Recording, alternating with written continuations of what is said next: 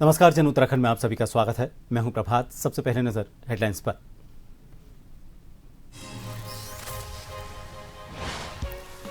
आज विश्व पर्यावरण दिवस। सीएम धामी ने भीमताल को दी विकास की सौगात। बोगनवेलिया में किया पौधारोपण।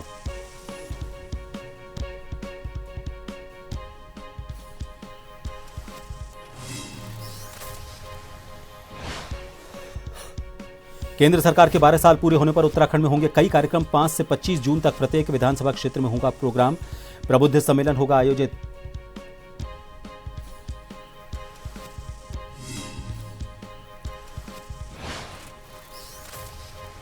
रामनगर में जनप्रतिनिधियों को पुलिस ने लिया हिरासत में।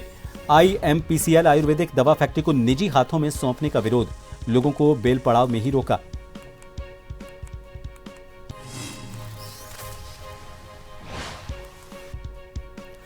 बद्रीनाथ राष्ट्रीय राजमार्ग पर ज्योतिर्मठ के पास टेम्पो ट्रैवलर पलटा। एक महिला की मौत। गाजियाबाद से बद्रीनाथ जा रहे थे वाहन में सवार 18 यात्री।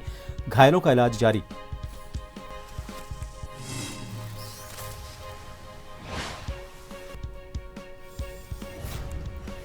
और उत्तरकाशी में लैंडस्लाइड। यमुनोत्री आने जाने वाले श्रद्धालुओं को रोका। देहरादून समेत 6 जिलों में बारिश।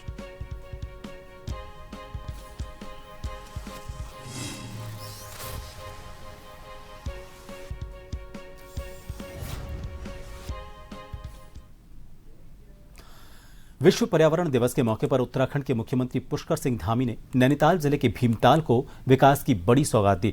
भीमताल के ऐतिहासिक रामलीला मैदान में हुए कार्यक्रम के दौरान मुख्यमंत्री ने क्षेत्र के लिए 96 करोड़ 71 लाख रुपए की लागत वाली 13 महत्वपूर्ण विकास योजनाओं का लोकार्पण और शिलान्यास किया।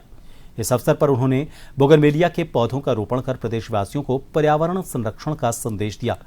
सीएम धामी ने कहा कि सरकार विकास भी और विरासत भी के मूल मंत्र पर काम कर रही है और ये योजनाएं क्षेत्र की तस्वीर बदल देंगी।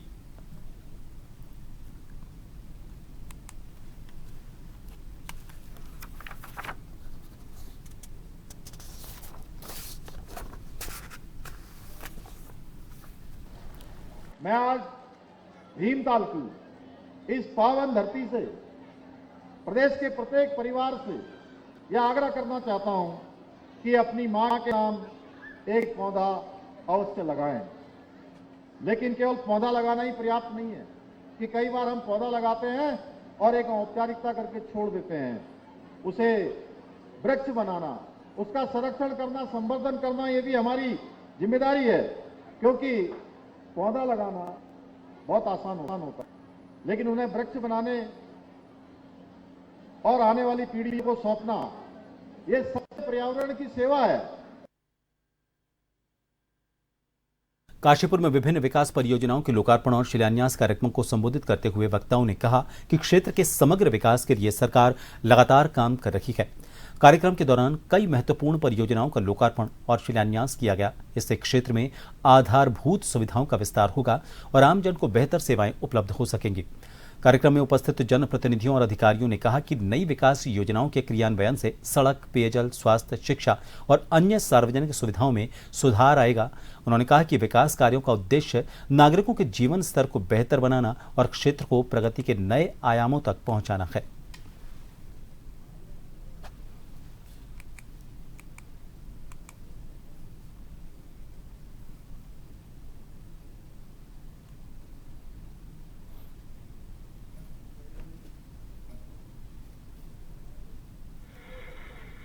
आज का दिन काशीपुर के इतिहास में विकास का एक नया अध्याय लिखने जा रहा है। आज काशीपुर शहर को जाम से मुक्ति दिलाने के हमारे संकल्प के अंतर्गत लगभग 34 करोड़ रुपए की लागत से कुल 8 प्रमुख चौराहों के निर्माण और सौंदर्यीकरण का कार्य प्रारंभ होने जा रहा है। मुझे आपको ये बताते हुए अत्यंत प्रसन्नता हो रही है कि इस महायोजना के अंतर्गत आज प्रथम चरण में दो महत्वपूर्ण चौराहों का शिलान्यास किया जा रहा है। आज जहां एक ओर हमारे सिख भाई बहनों के पवित्र धार्मिक स्थल ननकाना साहब को जाने वाली सड़क पर स्थित स्टेडियम तिराहे का नाम अब ननकाना साहिब चौक रखा जा रहा है, जिसके सौंदर्यीकरण के लिए 3 करोड़ रुपए से अधिक की राशि स्वीकृत की गई है। वहीं दूसरी ओर देश के स्वाभिमान के प्रतीक वीर शिरोमणि महाराणा प्रताप जी के मुख्य सचिव आनंद वर्धन ने विद्यालय, आंगनबाड़ी केंद्र, पुस्तकालय और खेल सुविधाओं का निरीक्षण किया। मुख्य सचिव आनंद वर्धन ने अपने जनपद भ्रमण के दौरान बौराड़ी स्थित राजकीय मॉडल प्राथमिक विद्यालय, आंगनबाड़ी केंद्र ढूंगी दाहर, श्रीदेव सुमन पुस्तकालय और बौराड़ी स्टेडियम का निरीक्षण कर व्यवस्थाओं का जायजा लिया। उन्होंने अधिकारियों को आंगनबाड़ी केंद्रों में बच्चों के पोषण, स्वास्थ्य जांच और टीकाकरण की नियमित निगरानी, विद्यालयों में शैक्षणिक गुणवत्ता और मध्याह्न भोजन व्यवस्था के सतत अनुश्रवण और पुस्तकालय में पुस्तकों और पांडुलिपियों के संरक्षण के निर्देश दिए। साथ ही बौराड़ी स्टेडियम और प्रस्तावित खेल सुविधाओं के निर्माण कार्य को समयबद्ध और गुणवत्तापूर्ण ढंग से पूरा करने को कहा। आंगनबाड़ी केंद्र में मुख्य सचिव ने बच्चों की स्वास्थ्य और पोषण संबंधी व्यवस्थाओं की जानकारी ली।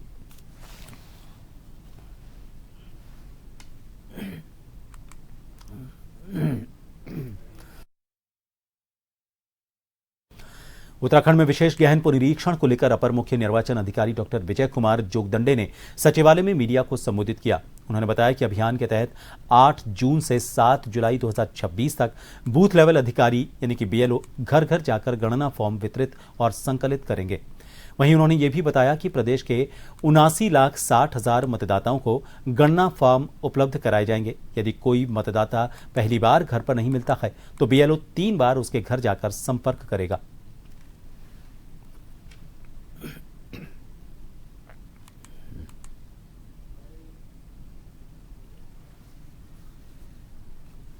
देखिए 29 मई से हमारे राज्य में एसआईआर का कार्रवाई प्रारंभ हुआ है, जिसके पश्चात हमारे पहले चरण में एनुमरेशन फॉर्म का छपाई का कार्रवाई संपन्न हुआ है।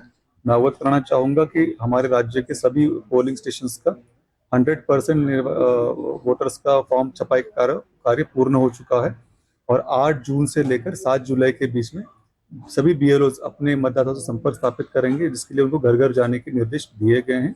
इस अवधि में फॉर्म प्राप्त होने के उपरांत मतदाताओं को सही विवरण भरकर हस्ताक्षर करते हुए अपना फॉर्म को बीएलओ को उपलब्ध कराना है, जिसके आधार पर ड्राफ्ट सूची का प्रकाशन किया जाएगा और 14 जुलाई को ड्राफ्ट सूची प्रकाशन होने के बाद में 14 जुलाई से लेकर 13 अगस्त के बीच में आपको अपने सूची के बारे में दावा या आपत्ति प्रस्तुत करने का अवसर होगा, जिसमें आप अपनी कोई भी शिकायत को वहां पे दर्ज कर सकते हैं। विश्व पर्यावरण दिवस के अवसर पर अतिरिक्त भूमि संरक्षण वन प्रभाग रामनगर के डीएफओ मनीष जोशी के निर्देशानुसार मानिला रेंज में एक पेड़ मां के नाम अभियान और स्वच्छता कार्यक्रम का आयोजन वन विश्राम गृह तल्ला मानिला में किया गया। कार्यक्रम की अध्यक्षता वन पंचायत गढ़कोट तल्ला की अध्यक्ष चेतना सिंह ने की। कार्यक्रम के दौरान वन क्षेत्राधिकारी बच्ची सिंह बजेठा और वन विभाग के कर्मचारियों ने लोगों को पर्यावरण संरक्षण, स्वच्छता और वृक्षारोपण के महत्व की जानकारी दी। इस अवसर पर विभिन्न प्रजातियों के लगभग 150 पौधों का रोपण किया गया।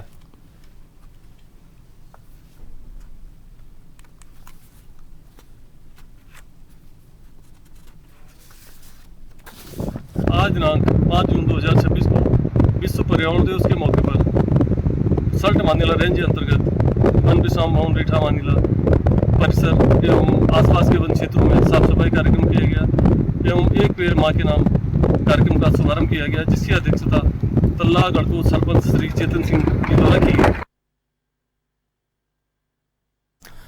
विश्व पर्यावरण दिवस के अवसर पर लक्सर क्षेत्र के सेठपुर गांव में पर्यावरण संरक्षण को लेकर एक विशेष गोष्ठी का आयोजन किया गया। कार्यक्रम में लक्सर एसडीएम, शुगर मिल प्रबंधन, वन विभाग के अधिकारियों सहित बड़ी संख्या में किसानों ने हिस्सा लिया। इस दौरान सभी ने मिलकर पौधारोपण किया और पर्यावरण संरक्षण का संदेश दिया। विश्व पर्यावरण दिवस के मौके पर आयोजित इस कार्यक्रम में पर्यावरण संरक्षण और हरियाली बढ़ाने पर विशेष जोर दिया गया। गोष्ठी में मौजूद अधिकारियों ने कहा कि बढ़ते प्रदूषण और जलवायु परिवर्तन की चुनौतियों से निपटने के लिए ज्यादा से ज्यादा पौधे लगाना समय की जरूरत है।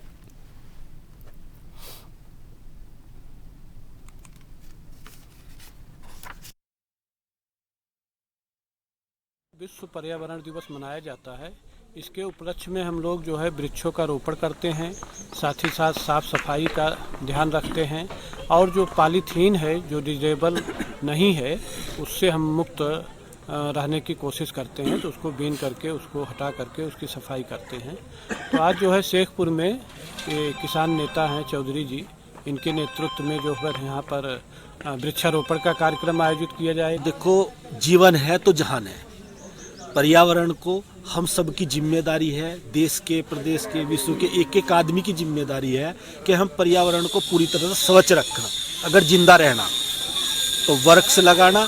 आज हर आदमी को, मैं तो ये कह रहा कि जितनी हमारी जनसंख्या है भारत की, प्रत्येक व्यक्ति को एक वृक्ष आज जरूर लगाना चाहिए। सभी हमारे जो हमारे कृषक परिवार से और हमारे भारतीय यूनियन से जो नेताजी हैं, अध्यक्ष जी, उन्होंने कहा कि जो है कि एक कृषक जो है वो जो है वन के रूप में अपना अमूल्य योगदान देता है। और जो हम आज वृक्षारोपण कार्यक्रम करेंगे, हम इस वृक्षारोपण कार्यक्रम के साथ साथ इनको निरंतर इनकी देखरेख भी करेंगे। वन विभाग का यही संकल्प रहेगा कि जो भी वृक्ष हम आज 5 जून विश्व पर्यावरण दिवस के रूप में लगाएं, निरंतर उनकी हम देखरेख करते रहें। आगामी कुंभ मेले को पर्यावरण के प्रति संवेदनशील और हरित स्वरूप देने के मकसद से ग्रीन कुंभ अभियान के तहत हरित हरिद्वार अभियान की शुरुआत कर दी गई। विश्व पर्यावरण दिवस के अवसर पर कुंभ मेला अधिकारी सोनिका ने सर्वानंद घाट के समीप वृक्षारोपण कर अभियान का शुभारंभ किया और पर्यावरण संरक्षण का संदेश दिया।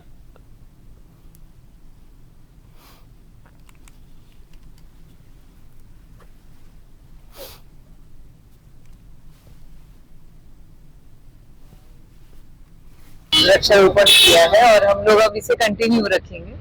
और किस तरह से प्लांट्स जो हमने लगाए हैं उनको ट्रैक करना है, कहाँ कहाँ लगाना है, किस तरह से लगाना है, उस सब की हमने पूरी प्लानिंग की है। और उसी के क्रम में आज हम लोगों ने स्टार्ट किया है कि पूरे हरिद्वार शहर और पूरे डिस्ट्रिक्ट में किस तरह से वृक्षारोपण किया जाए और करना है। यही था हमारा कि अब हम लोग, क्योंकि अब सीजन भी आ रहा है और मौसम भी अब ठीक हो रहा है, गर्मी भी थोड़ी कम हो रही है, तो अब पूरे शहर में हम लोग पेड़ लगाएं और जगह जगह पे लगाएं, जिससे कि अगले साल तक ये वृक्ष बड़े भी हो जाएं। और जहाँ फूलों वाले पेड़ हैं वहाँ हम ज्यादा कोशिश करें कि जगह जगह पे फूलों वाले पेड़ लगाएं, जिससे कि शहर सुंदर दिखे। भारत निर्वाचन आयोग और मुख्य निर्वाचन अधिकारी उत्तराखंड के दिशा निर्देशों के क्रम में जनपद चंपावत में आगामी विशेष गहन पुनरीक्षण 2026 के सफल क्रियान्वयन को लेकर जिला प्रशासन पूरी तरह से सक्रिय है। जिला कार्यालय सभागार में जिलाधिकारी और जिला निर्वाचन अधिकारी मनीष कुमार की अध्यक्षता में एक महत्वपूर्ण प्रशिक्षण कार्यक्रम का आयोजन किया गया। प्रशिक्षण के दौरान जिलाधिकारी ने निर्वाचन नामावली में सूक्ष्म मिलान और पुनरीक्षण अभियान की तैयारियों की विस्तार से समीक्षा करते हुए स्पष्ट किया कि शुद्ध, अद्यतन और त्रुटि रहित मतदाता सूची ही निष्पक्ष और पारदर्शी निर्वाचन की आधारशिला है। उन्होंने निर्देश दिए कि पुनरीक्षण कार्य में किसी भी स्तर पर लापरवाही या फिर त्रुटि स्वीकार्य नहीं होगी। अभी स्पेशल इंटेंसिव रिवीजन का जो कार्यक्रम है वो 8 तारीख से प्रारंभ होने जा रहा है। तो उसी क्रम में आज हमारे जितने भी EROs थे उन सभी को यहाँ पे, और नोडल्स सभी को यहाँ पर बुला करके जो बारीकियाँ हैं, जो दिशा निर्देश हैं, जो गाइडलाइंस हैं, उन सभी के संबंध में एक प्रशिक्षण जो है जनपद स्तर पर किया गया है। इसके अतिरिक्त जो प्रश्न थे, जो शंकाएँ थीं, उनको भी जो हमारे मास्टर ट्रेनर्स हैं उनके द्वारा इसको दूर किया गया है। और इसका कुल आशय यही है कि जो हमारा SIR हो वो समय से हो और जो हमारे माननीय चुनाव आयोग के जो दिशा निर्देश हैं उसके अनुपालन में और विहित प्रावधानों के अंतर्गत इसको पूर्ण किया जाए, किसी प्रकार की कोई तकनीकी समस्या ना रहे। ये भी चर्चा का एक विषय रहा है। और प्रशिक्षण जो है एक अच्छे माहौल में सभी EROs को, सभी जनपद स्तरीय अधिकारियों को दिया गया। एक छोटे से ब्रेक के लिए यहां रुकेंगे। आप देखते रहिए जन टीवी।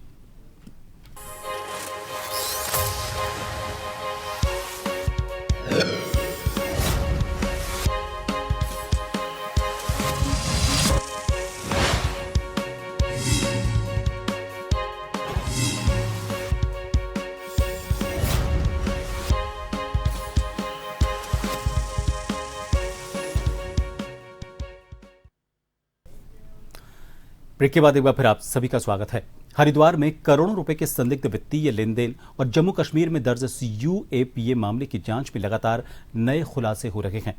रुड़की की शिक्षिका सोनम की गिरफ्तारी के बाद अब उसकी करीबी सहेली पूजा को भी जम्मू कश्मीर पुलिस ने गिरफ्तार कर लिया है। जांच एजेंसियों के अनुसार पाकिस्तान से जुड़े संदिग्ध नेटवर्क और जम्मू कश्मीर के कुछ लोगों के माध्यम से किए गए वित्तीय लेन देन की जांच के दौरान पूजा की भूमिका सामने आई। हरिद्वार के SSP नवनीत सिंह भुल्लर ने बताया कि पूछताछ और डिजिटल साक्ष्यों के आधार पर ये तथ्य सामने आए हैं कि पूजा भी सोनम की तरह संदिग्ध खातों में धनराशि के लेन देन से जुड़ी हुई थी।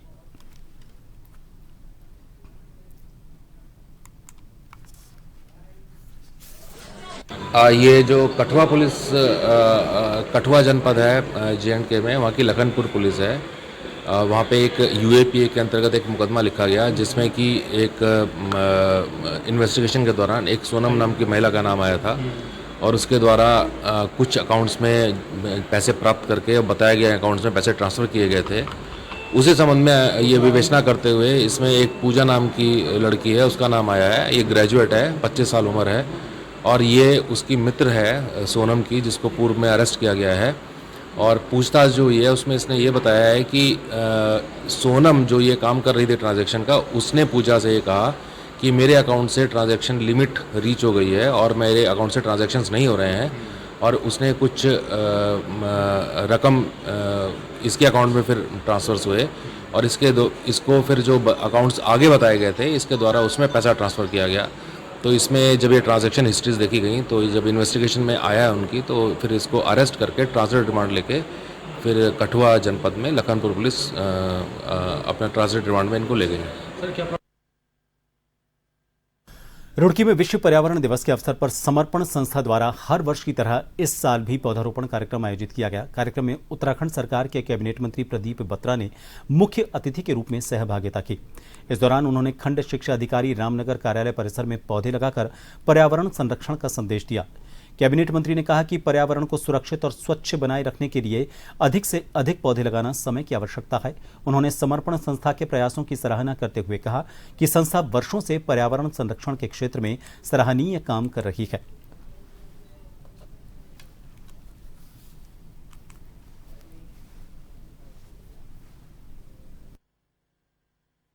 तो पर्यावरण दिवस की सबको बहुत बहुत शुभकामनाएं, बहुत बधाई। समर्पण संस्था द्वारा हर वर्ष की बात इस वर्ष भी पर्यावरण दिवस पेड़ लगाकर मनाया गया। यहाँ हम लोगों ने आज विकास खंड शिक्षा अधिकारी के यहाँ पे कैंपस में जो है पौधे लगाए हैं और पर्यावरण दिवस पे नहीं, लोगों को सभी रोज जो है पेड़ों को लगाना है। पेड़ों को लगाने का ही काम नहीं बल्कि इनको संरक्षण करने का, इनको रक्षा करने का, इनको बचाने का भी हम लोगों को संकल्प लेना है, ताकि जो पेड़ हम लगाएं, एक पेड़ माँ के नाम, वो लगातार चलता रहे और वो फल दे, छाया दे और आने वाले समय में पर्यावरण को शुद्ध रखें। उत्तराखंड में फर्जी शस्त्र लाइसेंसों के खिलाफ चलाए जा रहे अभियान के तहत स्पेशल टास्क फोर्स और उधम सिंह नगर पुलिस ने संयुक्त कार्रवाई की। उन्होंने काशीपुर क्षेत्र से 3 आरोपितों को गिरफ्तार किया है। आरोपितों के कब्जे से 3 सेमी ऑटोमेटिक पिस्टल, 65 कारतूस और 3 फर्जी शस्त्र लाइसेंस बरामद हुए हैं। एसटीएफ के अनुसार मुख्यमंत्री के अपराध मुक्त उत्तराखंड विजन और पुलिस महानिदेशक के निर्देशों पर राज्य भर में बाहरी राज्यों से स्थानांतरित होकर आए शस्त्र लाइसेंसों की जांच की जा रही है। इसी क्रम में काशीपुर कोतवाली में 10 फर्जी शस्त्र लाइसेंस धारकों के खिलाफ मुकदमा दर्ज किया गया था। जांच के दौरान पता चला कि आरोपितों ने उत्तर प्रदेश के शाहजहांपुर जनपद से निर्गत दर्शाए गए फर्जी लाइसेंसों के आधार पर काशीपुर में गन हाउस से हथियार खरीदे थे।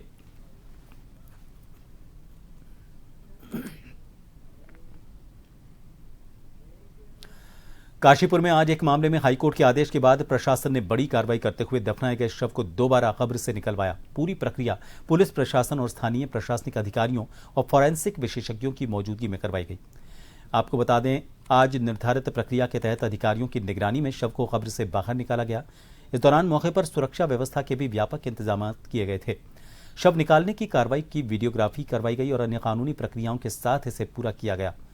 अधिकारियों के अनुसार मामले में अधिक स्पष्ट तथ्य सामने लाने और मृत्यु के कारणों की गहन जांच के मकसद से हाईकोर्ट ने फिर से परीक्षण के निर्देश दिए हैं।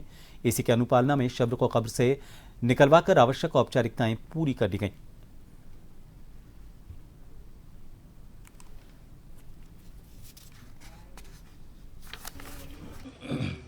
हाईकोर्ट में पिटिशनर है इसके इरफान अली, इनका जो है भतीजा है, भारी मुकदमा भी है, उसका जो है सुसाइड केस में रिपोर्ट दर्ज हुई। इनका क्या नहीं है, सुसाइड केस नहीं है, मर्डर है।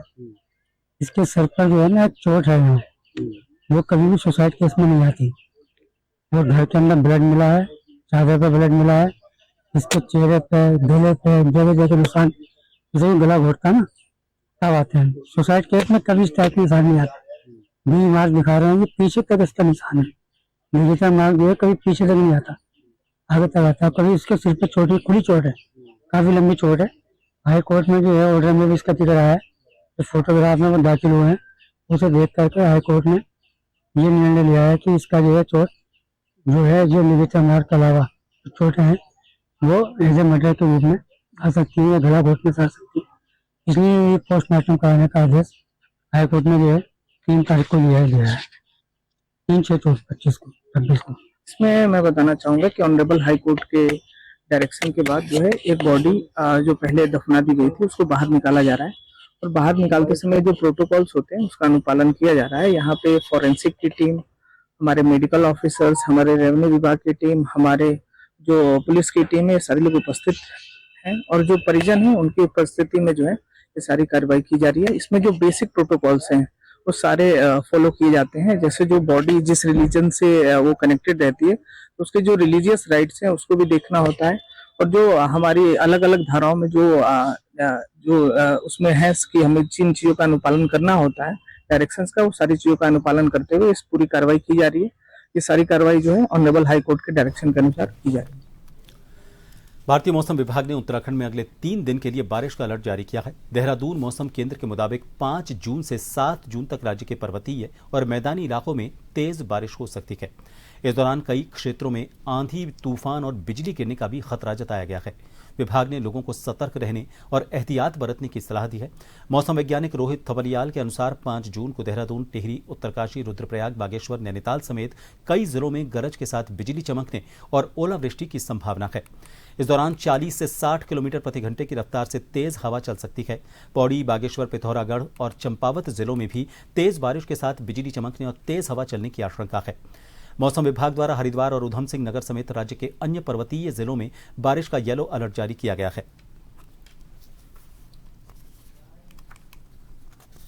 तो पिछले 24 घंटों में उत्तराखंड में अनेक स्थानों पे हल्की से मध्यम वर्षा मिली है और इक्का दुक्का स्थान पे भारी वर्षा भी देखने को मिली है। आज की बात करें तो आज उत्तराखंड में जो है अनेक स्थानों पर जो है हल्की से मध्यम वर्षा मिलने की संभावना है। उसके बाद 6 तारीख को उत्तराखंड के पर्वतीय क्षेत्रों में कुछ स्थानों पर और मैदानी क्षेत्रों में कहीं कहीं हल्की मध्यम वर्षा मिल सकती है। 7 तारीख से एक्टिविटी कम होने की संभावना है, तो 7, 8, 9 में जो है उत्तराखंड में रेनफॉल एक्टिविटी कम हो जाएगी, लेकिन पर्वतीय जो क्षेत्र हैं उत्तराखंड के, विशेषकर उत्तरकाशी, रुद्रप्रयाग, चमोली, पिथौरागढ़, बागेश्वर, यहाँ पर कहीं कहीं जो है हल्की और इक्का दुक्का स्थानों पर मध्यम वर्षा भी मिल सकती है। तो जैसे मेन एक्टिविटी आज है 5 तारीख, तो इसके लिए जो है चेतावनी भी जारी की गई है, जिसमें जो उत्तराखंड के देहरादून, टिहरी, पौड़ी या नैनीताल या फिर पिथौरागढ़, बागेश्वर जनपद है, यहाँ पर कहीं कहीं भारी वर्षा देखने को मिल सकती है। फिलहाल के लिए इस बुलेटिन में इतना ही। दीजिए इजाजत। नमस्कार।